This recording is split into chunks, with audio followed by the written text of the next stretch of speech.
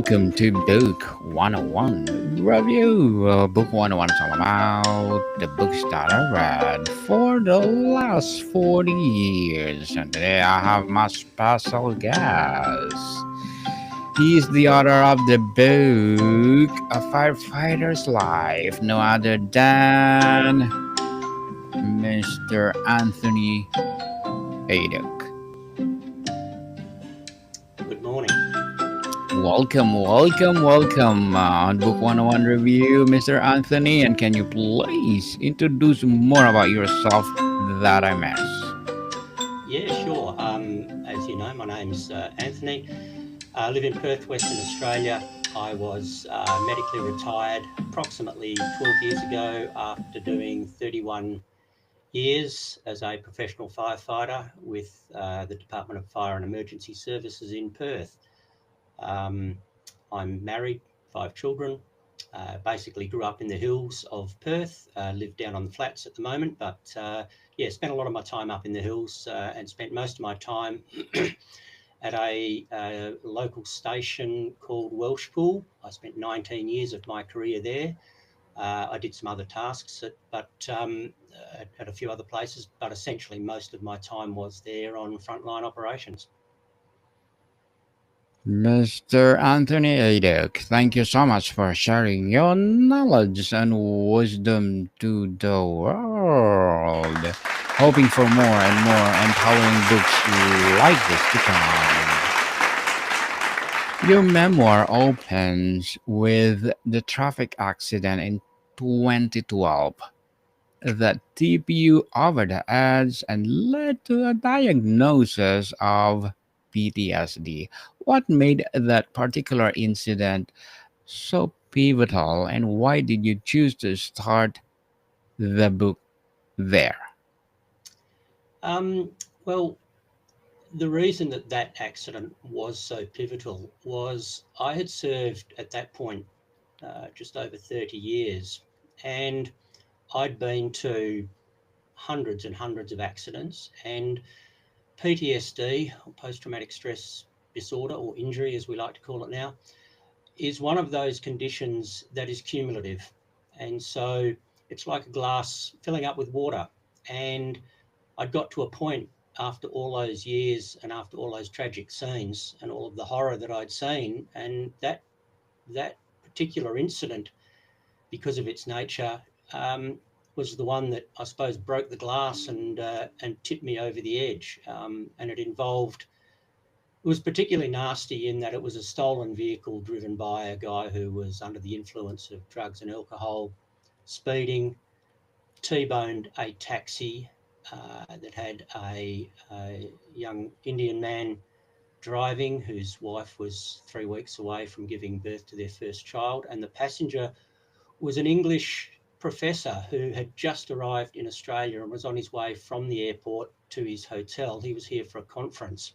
Again, only a young guy in his 30s. And so it was just particularly nasty in that when we arrived, the culprit was lying on the ground screaming that it wasn't him that did it, it was somebody else, and didn't we see them running away? And at that point, I cracked.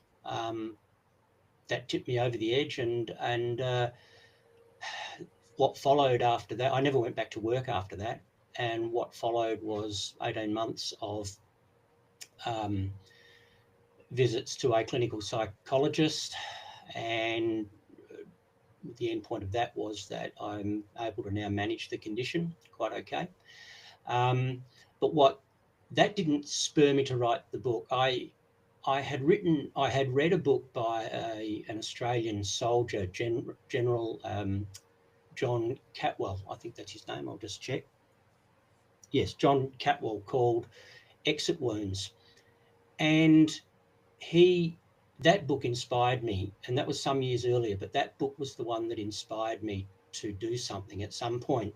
And so it was just this final traffic accident that tipped me into PTSD that then said, right, I need to do it. And I wanted to start the book with that particular incident because that is what basically started my demise, I suppose. It didn't start it, but it was the first real obvious signs to me that something was wrong within my head.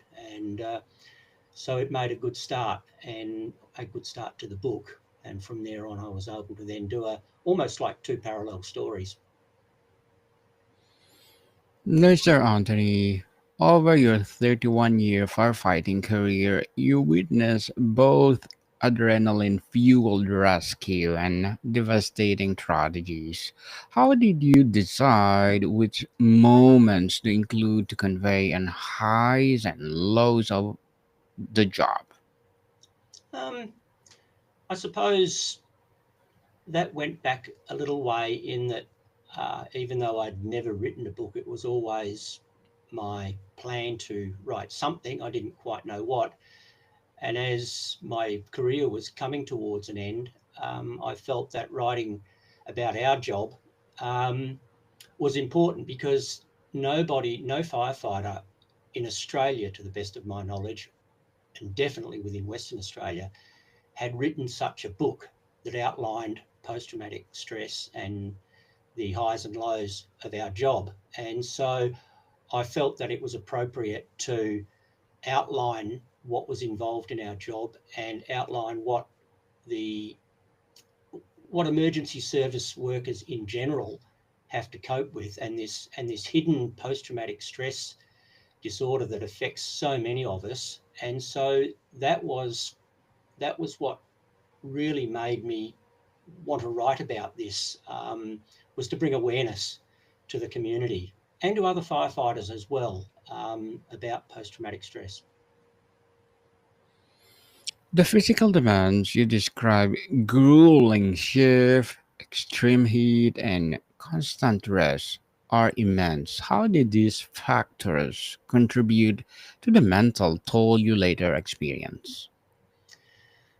I think the job itself entails shift work. So I was pretty much doing shift work for 30 odd years. I did have a little bit of time off shift work, but not long.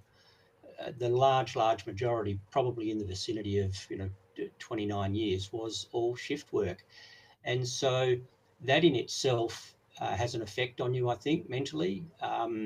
While our shifts were a good shift system, at the end of the day, you are still missing out on a lot of family time. You're missing a lot of weekends. And so that in itself adds to the stress of the job, I suppose. And going to incidents, whether they be fires or whether they be car accident extrications, um, those things add to your stress. We see things that most human beings do not see at all, ever. Most human beings would probably, apart from maybe the death of a loved one or a relative, would never see a deceased person or a badly injured person in their life. Whereas for us, it was a common occurrence. And I just don't think that's normal for a human being to witness that sort of terror for those people and that sort of trauma. It's just not normal.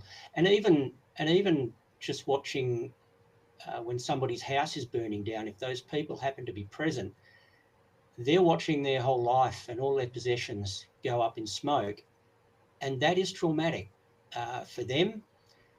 And we have to deal with that, and it's not easy. It's not easy, people. Contain heritage and family support appear as a source of strength throughout your story. How did cultural and family ties help you cope with trauma and recovery? So the there were my firefighter friends around me that certainly helped, and that's part of the culture of the fire service. They were some very close friends were of great assistance to me, and family. Bearing in mind that many of my family, even though they had known for a long, I was a firefighter for a long time, they knew what happened in the job, but I don't think they were aware of the stresses that firefighters and emergency service workers are under. I mean, I wasn't aware that I was suffering until I did, and it was only with hindsight that I see that I was actually suffering for a lot longer than that. But family, it was hard to get it across to family, especially my parents who were elderly. They just didn't understand it. But the real support came from my wife. The moment that she saw that I was struggling, and it was very specific moments after the incident that those things came out, she just jumped into action and really just took over everything, so that I could concentrate and focus on my recovery. And so having that support from your partner, I think, is one of the most important factors in your recovery. And unfortunately, firefighters don't relay to their partners, some firefighters, I must say, don't relay to their partners what they go through. And that makes it even worse. But I've got to say, for me, that was probably one of the biggest factors, was that my wife just jumped into action and took over. In the memoir, you candidly detail your PTSD symptoms and their impact in your life and family. What challenges did you face in writing so openly about such a personal struggles?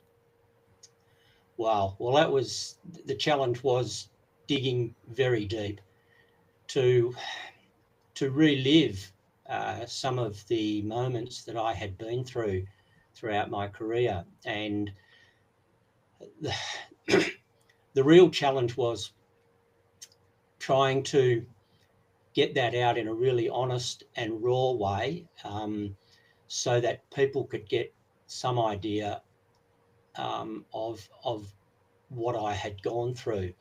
And so that was very challenging for me. And I found that I would spend a couple of hours in a session writing, and I would have to stop during that and relive everything, and then take a break because it would become emotional at times or stressful at times. And so um, I would take breaks. I mean, it took me a long time to write the book. I found that the only time that I really could write was when we would go on holidays to Bali, which is an island in Indonesia, in north of Australia. We would go up. We were regular visitors there, and we would go up for 2 weeks twice a year. And I would spend most of that time writing because I could do it without out distractions, which I couldn't do at home. There's always a phone ringing or something to do. But certainly, it was challenging writing the book and digging into my memory, my filing cabinet, as I like to call it, digging into there and pulling out some really, really traumatic events in my life. Mr. Anthony, you underwent 18 months of treatment with a clinical psychologist to understand what happened to your mental health. Which therapies or approaches were most effective for you, and what would you recommend to others? So, my recovery with my clinical psychologist, the one thing that she really did that was, I think, the pivotal and most important part was she made me understand why I was going through this, what was happening inside my brain that made me suffer these symptoms, that made me, for no reason, um, without any warning, suddenly start feeling symptoms. And there were a lot of symptoms, and they would all come along at different times. And as I say, without any warning, they would just start. There didn't have to be a trigger, even though sometimes there was. So that was the most important part. And from that, she was able to teach me how to then control those symptoms and dissipate those symptoms. And there was a variety of methods that she used. So that was probably the most important thing that I got from my clinical psychologist. And I'm sorry, but I forgot the second part of the question. If you'd just like to repeat it. No worries, Mr. Anthony. Let's go to the next questions. Living with PTSD is described as fighting with your mind every day. How did you learn to manage that internal battle, and what strategies continue to help you today? Okay. Um, well, the I learnt by one of the first things that my psychologist taught me was to a specific set of breathing exercises that she taught me. So once I felt a symptom come on, there was a couple of things I had to do. If I was in an area, if there was a trigger that brought that on, I had to place myself in a position where I could sit, do my breathing exercises, calm myself down, and then once it had relieved, I had to then go and make myself busy to get my mind off it. If I was in a public area or I was out, what I would normally do was remove myself from that situation and walk away. Like I remember once very early on, I started suffering a really bad symptom, and I was at a restaurant with friends, and I simply had to walk outside, try and find a quiet spot, and do my breathing, and just try and have a bit of a walk around, calm myself down, and that generally worked. Um, Sometimes I was in situations where I couldn't remove myself, and that was just a matter of managing it until I could get myself into a position where I could help myself and do what I had to do, my exercises and those sorts of things. Mr. Anthony, as an author, what are your short term and long term goals? Sorry, I didn't get that question. As an author, what are your short term and long term goals? So my short-term goals are one to get my book out there more and more. It's doing reasonably well, but I want to get it out there as much as I can. And my long-term goals are to continue to make people aware of post-traumatic stress amongst emergency service workers and first responders. So I've embarked on doing talks whenever I can, and podcasts such as this one, to try and just get the awareness out there and make people more aware, not just firefighters, but members of the public. Um, that's probably the biggest challenge, getting members of the public who are not aware of what first responders go through, getting them to understand what post-traumatic stress is, because it doesn't get a lot of good press in some circumstances. So those things are my short and long term, and plus doing a bit more writing, both on the fire service, my time in the fire service, but not about post-traumatic stress, about some other subjects, and continuing with that writing and a few other ideas that I've got in my head that'll come along as I get time. Well, good luck to your goals, Mr. Anthony, and looking forward for more success. And what will be your piece of advice for those people out there who want to be an author like you? Oh, look, just start writing. Um, if you try and put too much planning into it, I think it puts too many barriers in the way. So you've just got to start writing. Get pen to paper, or in most cases now, your keyboard, start tapping your keyboard, and just put all of your writing, your ideas, your thoughts, your emotions, just start putting them down. And you'll find that as time goes on, you'll start to decide in what order you want to put all of that information in. And if the subject is, if there are other books around on the subject, read a few of those, because that will give you ideas as to how to structure your book. But for anyone who's thought of writing a book, just start doing it, and the rest will fall in place. Thank you for that advice, Mr. Anthony. And can you please recommend a book or books that influence your journey?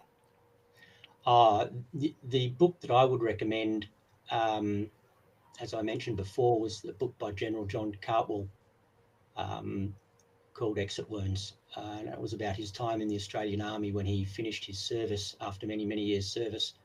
Um, at it finished in the Iraq War, the second Iraq War.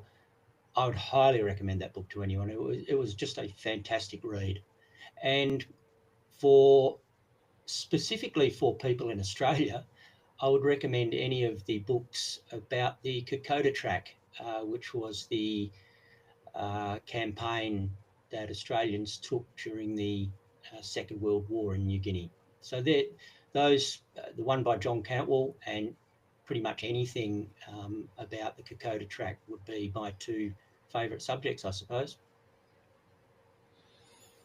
Thank you for that recommended books, Mr. Anthony. And before we wrap up our discussion for today, I'm inviting you to please listen to my other podcast, people, my other podcast, because my Abstract Essay is already in fifth season, Abstract Poetry in second season, and of course, my Book 101 review in fifth season too, Comedy 101 in second season, and my Food 101 in fifth season as well, Geography 101 in fourth season, and my Baby Podcast Law 101 and Mental Health 101, Love Letters in fourth season, as well as my Movie 101 review and Music 101 and Science 101 and Sex 101 in each first season. Please listen to them wherever you listen your podcast. So, Mr. Anthony, ultimately, what do you hope readers, especially fellow first responders, that their families take away from your story about resilience, vulnerability, and the importance of mental health support? So, what I want them to take away from it, or what I hope they take away from it, one is an awareness of those in the emergency services industry, an awareness that they are under extreme stress for many, many years. I want them to take that away. I want firefighters to be more aware of their own mental health and not leave it too late to get help. I had many firefighters that have read the book come and say to me, I thought I was reading my own story, and some have said that from reading the book, they've actually gone and got treatment themselves. So I hope for firefighters, it makes them realise that they're not going through this alone, and by getting some treatment, there will be light at the end of the very long tunnel.